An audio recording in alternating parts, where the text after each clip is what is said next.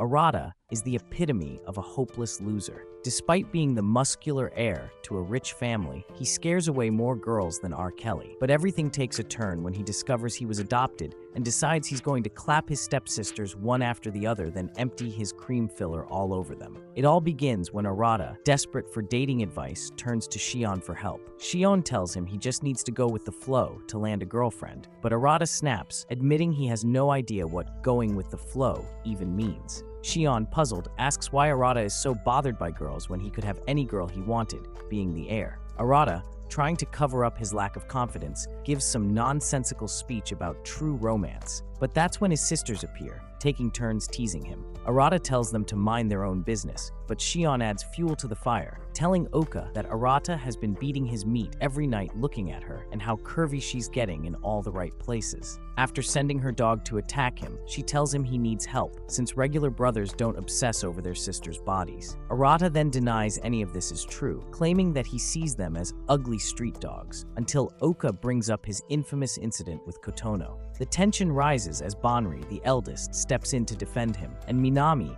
surprisingly, admits that Arata isn't all that bad. When Arata tries to hug her in gratitude, she punches him so hard his heart shifts gears. The chaos is interrupted when Oka reminds them that it's Kotono's birthday on Saturday. The group agrees to go out together after the dinner. They all catch the train to school the next day. Later, in the men's room, Shion talks with Arata about how everyone at school seems to think they have the perfect family, when in fact, they're all just bullied by their 5 sisters with no real way to fight back. Shion even mentions rumors that Arata and his sisters might be secretly juicing, to which Arata immediately shuts down the idea. Shion, however, reminds him of Kotono's earlier confession. Later, Arata contemplates sending a friend request to his crush, but backs out at the last second. Just as he's about to chicken out, Uka bursts in, asking for his notes. As she flips through them, Arata notices her melons have ripened more, and he tells her to act her age. Uka, undeterred, calls him stupid for thinking she should be more refined, especially since they all grew up in the same house. She then slyly asks about his crush, revealing that Shion told her all about it. Reluctantly,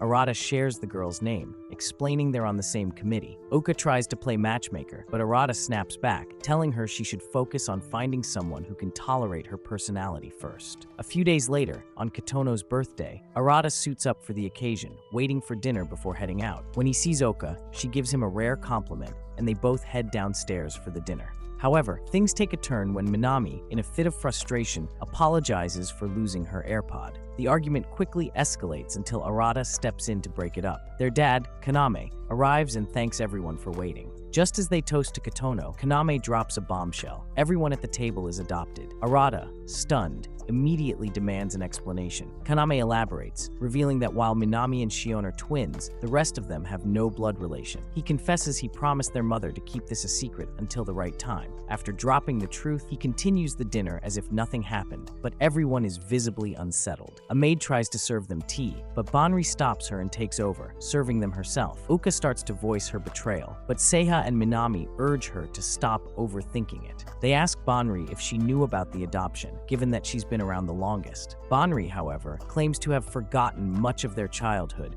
and reassures them that being adopted doesn't change anything about their family bond. With that, they head inside to rest, but after a few minutes of contemplation, Arata decides to clear his mind with a bath. As Arata stares at the pile of treasure in the laundry basket, he starts to realize that nothing in his life has really changed. That is until his gaze locks with Kotono's in the bath. Panicking, he quickly apologizes and tries to leave, but she asks him to scrub her back. Stuck, he does as she requests. Meanwhile, Shion and Oka are having a conversation about how the family's sudden revelation about their adoption might affect the way Uka has always treated Arata like a twin brother. Shion points out that the real concern is how society will react when the truth becomes public. Back in the bath, Kotono halts Arata from leaving him frozen in place, worried that she might want him to relieve her stress. He struggles to keep his composure. Shion, talking to Uka, suggests that they could start a family harem since there are no laws preventing unrelated siblings from marrying. Uka is horrified by the suggestion and accuses Shion of just waiting for an opportunity to unleash his creepy side. He quickly tries to backtrack, claiming he only thinks of her as a sister, which Uka somewhat naively believes. They shift the conversation to the night Arata told her to cover up her juicy melons, and Uka shudders at the memory. Shion, defending Arata,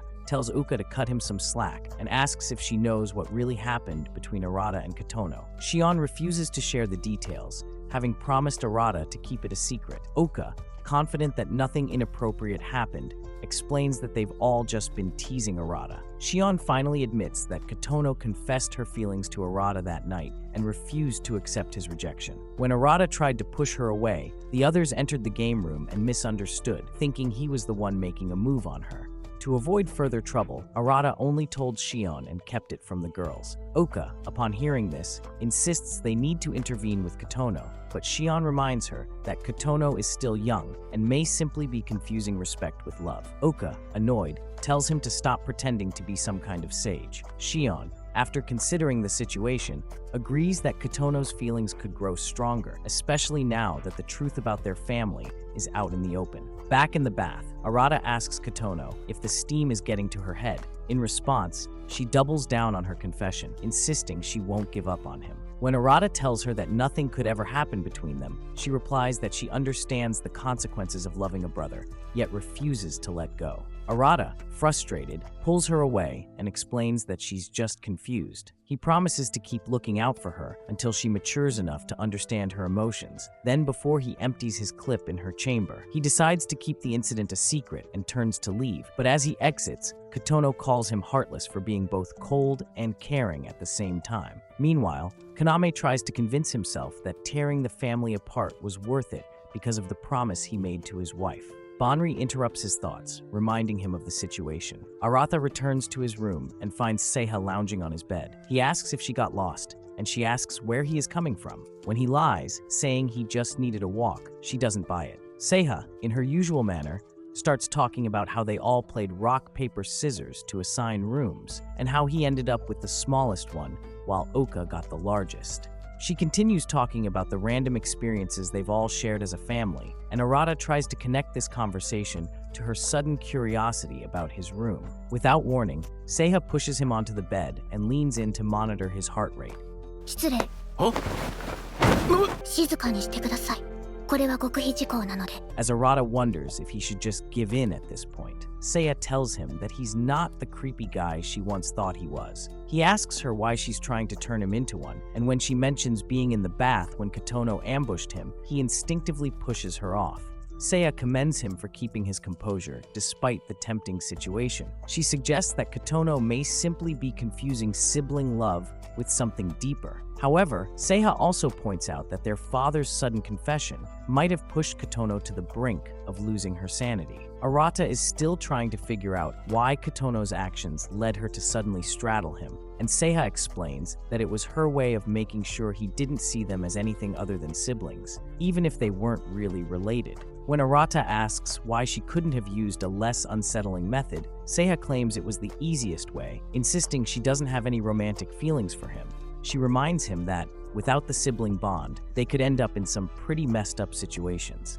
Despite her teasing, she reminds him that she expects a bit more respect since she's his older sister. She tells him at the very least to call her something sexy. Then, she leaves but pauses outside his room to make sure that nothing about her experiment has triggered any unwanted feelings. Just as she convinces herself that their closeness meant nothing, Manami shows up and asks what she's doing outside Arata's room. Seiha brushes it off, claiming it's nothing, and walks away. The next morning, Arata wakes up with the weight of their new reality pressing on him. As he gets ready for school, he bumps into Banri in a lab uniform with Kotono, and he asks, "Have you finally lost it?" Banri explains that she was just trying it on, and then jokingly asks if he likes how it highlights the shape of her body. Arata calls her stupid for asking such a question so early in the day, but Banri tells Kotono not to worry about Arata's apparent dislike of them. He tries to apologize, but gets even more confused when Banri attempts to strip Kotono in front of him. Shion, overhearing the exchange, tells Arata that Banri was probably just trying to lighten the mood, hoping to return things to normal. Later, as they walk to school, two random guys talks about the girls, calling them the perfect family and commenting on how much of a baddie they are. Arata and Shion both realize that the girls have mastered the art of acting like everything is normal, even though the truth is bound to come out. The girls continue with their day at school, acting like nothing has changed. Meanwhile, Arata spends the entire day brooding until the last period. When he arrives at his locker to pack up, he repeats to himself that the girls are still his sisters, trying to keep his mind from wandering into uncomfortable territory. Just then, Minami approaches him, and he asks if she skipped practice. She replies that she has the day off for once. As they walk together, Arata compliments her on maintaining her consistency with training, despite the pressure of being the school's hottest tennis star. As she tries to return the compliment, 3 girls run up to her, asking for pictures and fawning over her like obsessed fans. Once they leave, Arata asks why girls are so drawn to her, and Minami explains that a photo she took in a guy's uniform made other girls think she has a thing for clapping girls. Arata wonders why he's never had such luck and suggests they go out to enjoy her day off, but Minami reveals that her coach gave her the day off because she failed a placement test. This causes Arata to remember that Minami has always been a coconut head, so he offers to help her study before taking her to a restaurant. As they sit down, he notices her face closely, realizing why almost everyone seems to want to eat whipped cream off her treasure chest. Seiha then asks for a more detailed explanation of the challenging parts, and as Arata breaks it down in a way that her restless mind can comprehend, she becomes distracted. Once he finishes explaining, she pretends to absorb every word as if it's etched into her mind. He tests her knowledge right away, only to watch her fail every single question. Sighing, he begins to accept that she might be beyond help, but then Namwang. She grabs the microphone and starts singing, completely winning him over with her carefree attitude. They leave the restaurant shortly after, but on their way home, he catches sight of his crush with someone else, making him immediately hide in embarrassment. Minami eventually admits that singing with him was actually a lot of fun, but he quickly reminds her that they were supposed to be focused on improving her rapidly declining test scores. Minami, shifting the topic, mentions how their dinner with Kaname was chaotic. She asks for his opinion on the situation and suggests they should have a conversation with him again to uncover the truth about their real parents. Minami expresses concern for Kotono, who is the youngest and seems especially sensitive. Arata starts to think that Minami isn't entirely useless after all, but he warns her to keep everything a secret so they don't draw unwanted attention. She reassures him that not being biological siblings doesn't change the bond they've built as a family. Her words cause Arata to feel more confident in her, but then she suddenly tells him not to stress over his crush, already giving another the Glock 3000. Arata, taken aback, asks how she knows that, and she casually mentions that Oka spilled the details of his tragic love life. She then suggests that Arata should focus on being a good older brother instead of worrying about losing his virginity. After patting his head and telling him to cheer up, Minami asks if they can play a game at home, but he refuses and tells her to focus on fixing whatever is wrong in her own mind. Back at the house, Minami gives Uka a box of cakes and hands over her lost AirPods, apologizing for losing them. Uka gives them back to her as a hand-me-down, then scolds her to be more careful next time.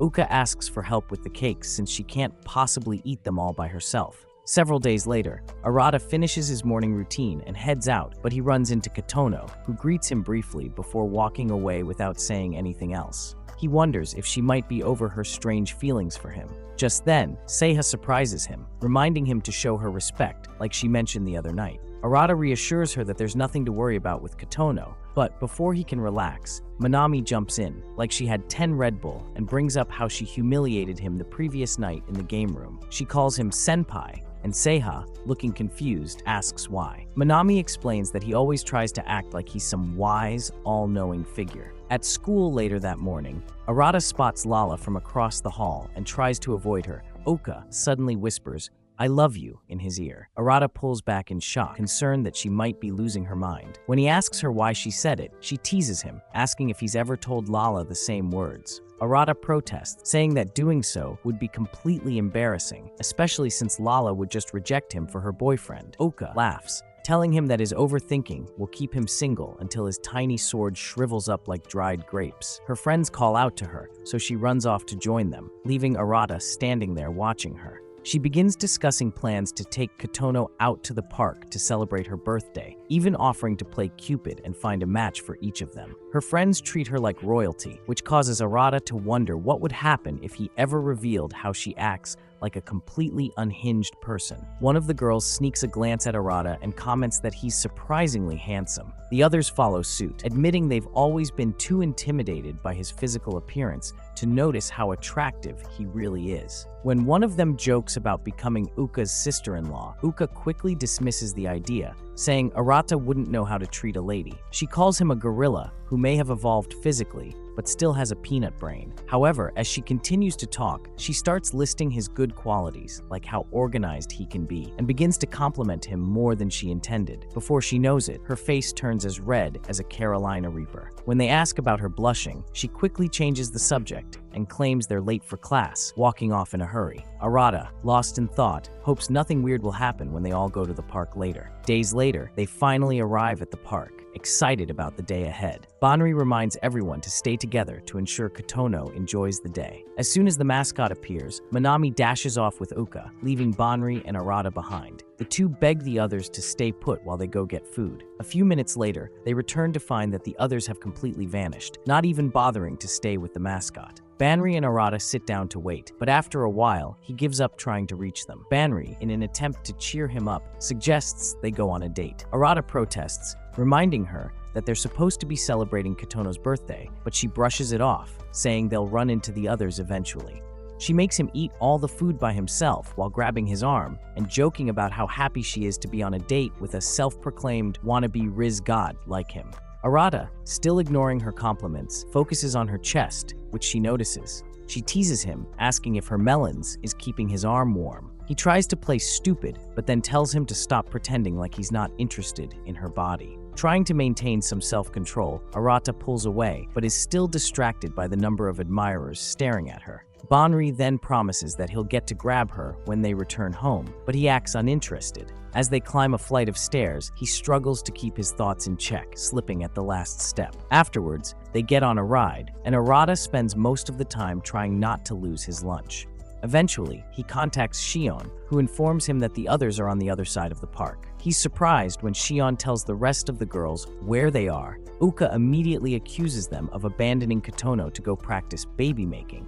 Seiha points out that they're the ones who ran off first. The group discusses how Banri seems to be taking every chance to tease Arata, but when Uka notices how Kotono is reacting, she shifts the topic and asks which ride Kotono wants to go on next. Arata and Banri find a quiet spot to take a break, and Arata decides to ask her how she's been coping with their father's confession. She admits that it's been troubling, but she needs more answers from him before making any decisions. She notices the strange look on his face and asks if there's something else on his mind. But Arata, unsure how she'll react to what happened with Kotono and Seiha, decides to keep it to himself. Instead, he says he just wants their relationship as siblings to stay the same.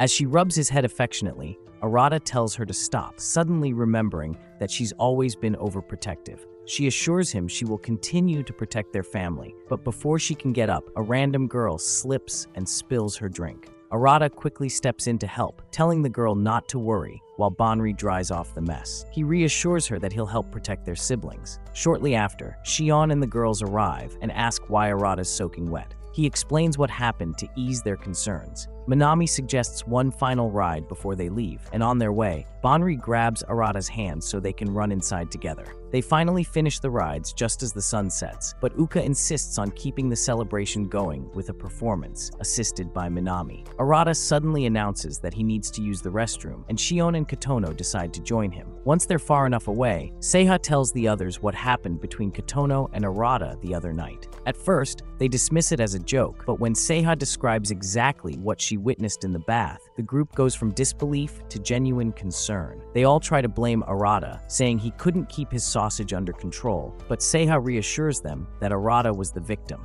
She explains how she managed to calm Kotono down, ensuring him that nothing inappropriate happened. When Uka asks how she can be so sure, Seiha casually explains how she had rubbed her golden box on Arata and monitored his heart rate to see if his glizzy would react. Banri is shocked that Arata stayed calm, but Uka is left trying to process what she just heard. Seiha suggests they all keep this quiet so Kotono doesn't feel embarrassed, but just then, Uka decides to share the gaming room incident, which changes the direction of the conversation. They begin to realize that Kotono might have genuine feelings for Arata. Seiha theorizes that the recent revelation from their father might have pushed her to fully embrace her feelings. Banri, however, insists that it's just a phase and that it'll pass if Arata doesn't act foolishly. She mentions that after their dinner with their father, she couldn't stop thinking about everything and went back to ask him a few more questions. The others press her for more details, but she only reveals that they were all orphans and that her parents were never found. The group agrees to keep the situation under wraps unless Kotono acts out.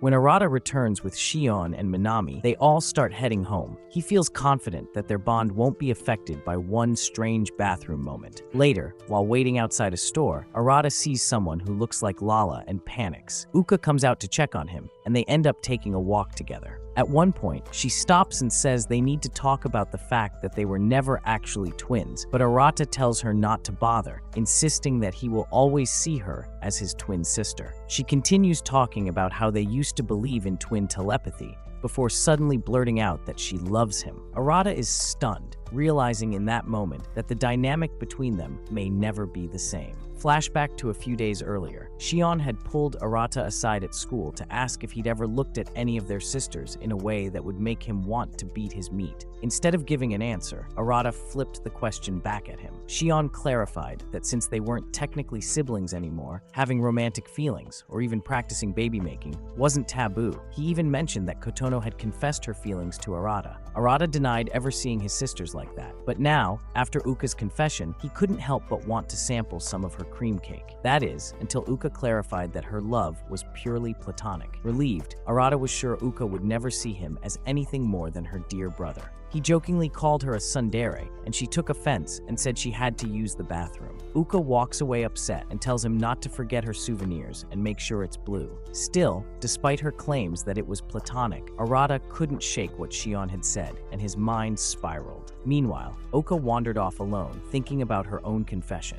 She started feeling pangs of jealousy when she remembered how Seiya told her that Kotono had also confessed her love to Arata. The next morning, Arata hit the home gym for his daily routine, doing hardcore workouts like Saitama or Mash Burn Dead. Minami walked in, wanting to join him. Arata started to act like he sniffed 5 rounds of baking soda, and she told him to keep his energy down. It was still early. She praised him for never skipping a session, remembering how their dad used to put Arata through intense training to shape him into a leader. Arata, however, still questioned whether it helped his mental health. He returned the compliment, acknowledging her consistent training and her Olympic dreams. She downplayed it, but blushed all the same. What Arata didn't know was that the night before, when the girls realized he and Uka had gone missing, Minami had gone to look for them and accidentally overheard Uka telling him she loved him. Since then, she has been a low-budget Enola Holmes. Back in the present, Arata teased her about slacking off, so she dove into dumbbell flies to play it cool. But when he called out her sloppy form, she gathered her courage to ask if something had happened between him and Uka. Arata, oblivious to what she meant, simply said that despite their constant fighting, he and Uka were super close, which only made Minami's stomach twist more. Overwhelmed, she excused herself, unable to carry the emotional weight of what she knew. Later, after wrapping up his workout, Arata headed to the bathroom, still mulling over what she'd said. When he opened the door, Seiya was there, looking like a baddie who can breed 500 of my future kids. Caught off guard, Arata freaked out, but Seiya shrugged it off, comparing the situation to a typical rom-com protagonist moment. Seiya continues undressing, prompting Arata to ask her why she's doing it. She responds by saying, "If my plain, boring body is enough to throw you off, then I apologize." Arata tried to shut the door, but Seiya's clothes blocked it, so he had to awkwardly gather them and drop them in the laundry while doing his best to avoid peeking at her showering. When he did glance over, he realized Seiya was acting totally normal, unlike him, who was sweating buckets from morally questionable thoughts. He noticed the ring she wore, their late mother's, and asked if it finally fit. She said it was still loose, but she clung to it because of the memories attached. Later on, Banri came knocking at Arata's door. She stepped in and teased him about how neat his room was, reminiscing about how their dad used to scold him for turning his room into a war zone. When Arata asked why she dropped by, she claimed she just felt like visiting.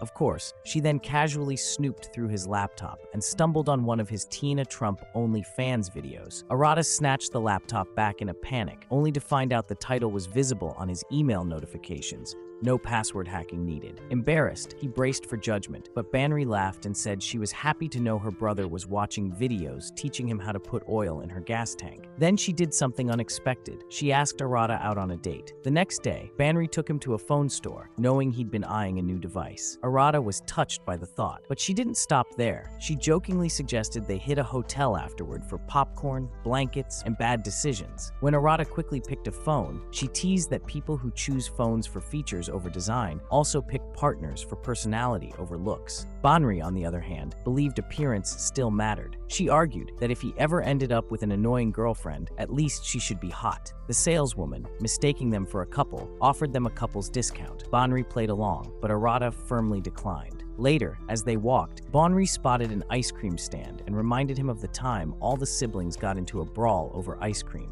Arata remembered how Minami accidentally ate Kotono's ice cream, and because Kotono was too shy to speak up, Uka defended her, igniting a royal rumble. Kotono, always scared of conflict, would hide in the closet whenever she was upset, earning her the nickname Closet Fairy. Arata recalling how she used to be terrified of the supernatural, and Banri tells him to shut up. When she got serious and asked if something was bothering him, Arata insisted everything was fine. Meanwhile, Kotono was alone in her room, scrolling through birthday trip photos. Her eyes lingered on Arata's face longer than she wanted to admit. Then a message popped up in the sisters' group chat. Banri had posted a picture from their ice cream date. Kotono felt a stab of jealousy but kept herself in check, quietly saving the photo. Back on the outing, Banri suddenly got a message and told Arata she had to leave. Before rushing off, Arata joked that she should go on a real date next time, with a proper boyfriend. Blushing, Banri teased him right back before leaving, drawing everyone's eyes as she walked by. No one could believe someone so gorgeous was real. Banri then called Minami and told her the date hadn't loosened Arata's lips. Minami, still convinced Uka had confessed to him romantically, sent a message to clarify, but accidentally sent it to the group chat. In a panic, she deleted it and prayed to the anime gods that no one saw it. Just as she was starting to relax, Uka popped into the bathroom to say it was her turn to shower. Relieved that Uka didn't see the message, Minami let her guard down, unaware that Kotono had already read it, and now Kotono knows she has an op now. Later that evening, they all gather for dinner. Arata steals a glance at Seiha, who's sitting there spaced out like she's having a 1v1 with depression. A bit later, he bumps into her when she's off by herself. At first, he walks right past her like it's none of his business, but then his conscience kicks in, and he circles back to ask if she's alright. To his surprise, Seiha casually drops that she's been dying to play Twister. Since he asked, she drags him along to join her. Arata, confused, asks what inspired this random desire to play a game where babies are made. That's when she drops the bomb. Ever since she visited his room, her fountain hasn't been dry since, when thinking about him. So now she needs to play Twister to figure out if she really wants to, well, let him decorate her cake. Arata is ready to nope out of this situation entirely, but Seiha reminds him of how she bailed him out during his exam crisis, and he caves. Once the game starts, Arata treats the mat like it's a lava field, intentionally keeping his distance.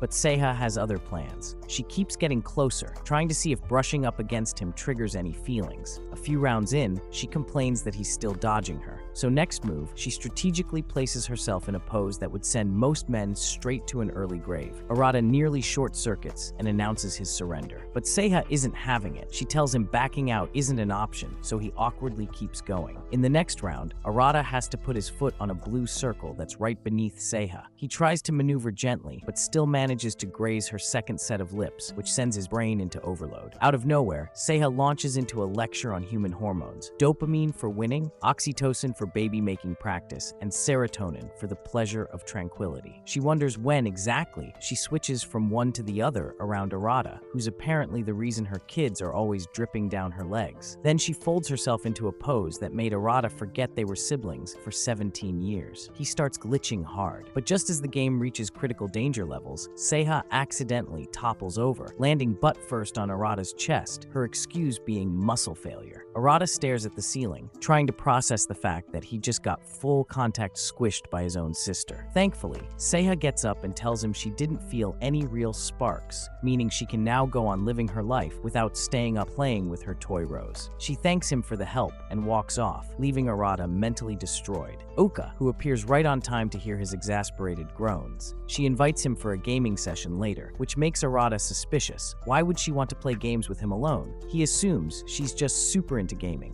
but the memory of all the submission holds she used to put him in after losing has him sweating. And she once randomly confessed she loved him. That's still in the back of his mind too. They start playing, with Uka acting like it's the grand finals of esports, while Arata remains cool and composed. At one point, Uka leans against his leg in excitement, not even noticing how close she's gotten. Arata notices and sees her bright, innocent smile. To him, she's still just his adorable little sister. Uka wins the first few rounds, but Arata quickly dials in and stomps her repeatedly, leaving her emotionally wounded. She suddenly says she needs a bathroom break, but instead sneaks up behind him and puts him in a sleeper hold like the old days. Arata starts begging for mercy. Both he and his in-game character are flatlining, but his biggest fear is that her body's a little too close for comfort, and he's trying not to awaken his inner beast. Fed up, Arata summons his man strength and flips her over, pinning her to the ground. Then it hits him. The position they're in is extremely sus. When he looks down, Uka is staring at him like, please don't hold back. She murmurs that he's really a man now, and Arata's brain does a full system crash. She gets up and runs off, defeated and blushing, secretly wishing he'd go wild on her. Arata is left behind, dazed, wondering what the heck she meant by calling him a man. Tired and confused, he heads to bed, unaware that Kotono was in the closet the entire time, eavesdropping. The next day, Arata's dad pulls him aside for a private chat. He starts by asking how everyone's doing after the big reveal. Arata says his sisters have definitely become more open emotionally. Then, out of nowhere, his dad asks if he's found the one. Meanwhile, the girls are watching a romantic drama where the guy proposes on a bridge. Banri finds it swoon-worthy, but Uka cringes, saying proposing in nature is for hobos. When asked what her dream proposal looks like, she says she wants a rich, alpha male to pop the question in a 5-star restaurant with $1 million ring. Seiha tells her to stop smoking tea bags. When it's Seiha's turn, she says she wants a guy who already has everything planned out, from the number of kids to their weekly basketball schedule. Then Manami jumps in and shuts the whole conversation down, saying the proposal isn't about the setting, it's about the person asking. They all nod in agreement. As they head back to their rooms, Kotono can't hold it anymore. She snaps and confesses, right there, that she's in love with Arata. Banri tries to calm her down, assuming it's just sibling affection, but Kotono doubles down and loudly declares that she wants to marry him. She says that after what she saw, she knows now that every sister is her rival, and she's ready to fight for love. Back with Arata, his dad expresses concern that Arata might not find a wife as the future head of the family. Arata curiously asks why his dad chose their mother. The dad jokes that he fell for her creamy assets, but then admits he was captivated by her bright, powerful spirit. Arata asks why there's only one photo of her, and his father says that truly beautiful people don't like being photographed. Then he brings up the mysterious 8th room in the house. Arata admits that the siblings used to think it was some kind of horror room that leads straight to the afterlife. Arata reassures his dad that he trusts him, believes the timing of the truth reveal had its reasons, and that he's proud to be the oldest sibling. As the heir, he promises to take care of the family and make sure they all live happily. After he leaves, his dad looks at the old picture of his wife and says he's proud to have adopted Arata as his own son.